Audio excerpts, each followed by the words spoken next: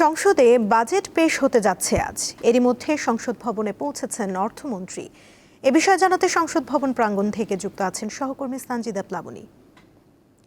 Plabani, budget অনুমোদনের জন্য মন্ত্রিসভার বৈঠকটির বিষয়ে কি তথ্য রয়েছে আপনার কাছে, জানাবেন।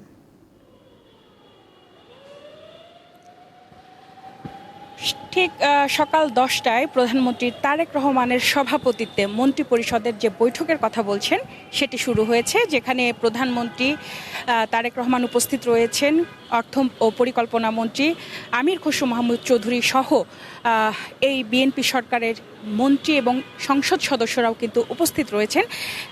রীতি অনুযায়ী সকাল 10টায় যেদিন বাজেট পেশ করা হয় সেই দিন সকালবেলা মন্ত্রিপরিষদের একটা বৈঠক অনুষ্ঠিত হয় এবং সেই বৈঠকে আসলে এই অনুমোদনটা বাজেট পেশ হওয়ার আগে যে অনুমোদন সেটি প্রদান করা হয় এবং সেই বৈঠকই কিন্তু এখন পর্যন্ত চলছে বলে আমাদের কাছে এখন পর্যন্ত তথ্য রয়েছে।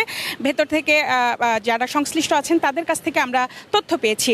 সুমনা, আমার ঠিক পেছনেই মন্ত্রিপরিষদের জাতীয় সংসদ সচিবালয়ের যে মন্ত্রিপরিষদের বৈঠক এখানে অনুষ্ঠিত হচ্ছেন এবং বিকাল 3টায় আসলে এই বাজেট উপস্থাপন করা হবে।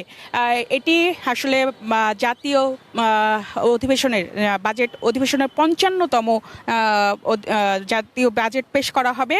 বিএনপি সরকার এই চলতি বছর চলতি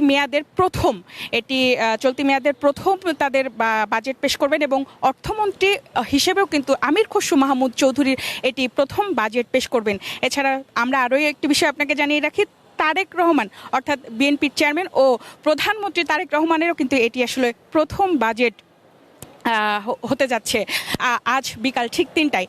এছাড়া এর আগে আসলে বিএনপির অধীনে 13টি জাতীয় বাজেট পেশ করা হয়েছে।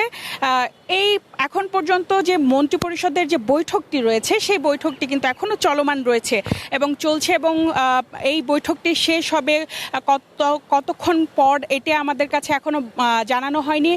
জানানো হচ্ছে যে দুপুর 2টার পর বিরোধী দলীয় নেতারাও কিন্তু এই সংসদে এসে উপস্থিত হবেন এবং 3টার সময় কিন্তু জাতীয় যে বাজেট সেটি পেশ করা হবে এবং তার আগে পর্যন্ত এই বৈঠকটি চলমান রয়েছে এবং এই বৈঠকে আসলে এই বৈঠকের যে অনুমোদন বাজেট পেশের যে অনুমোদন সেটি অনুমোদন করা হবে এবং তারপরে হয়তো 3টার সময় এই বাজেটটি আসলে পেশ করবেন অর্থমন্ত্রী আমির খসরু মাহমুদ চৌধুরী।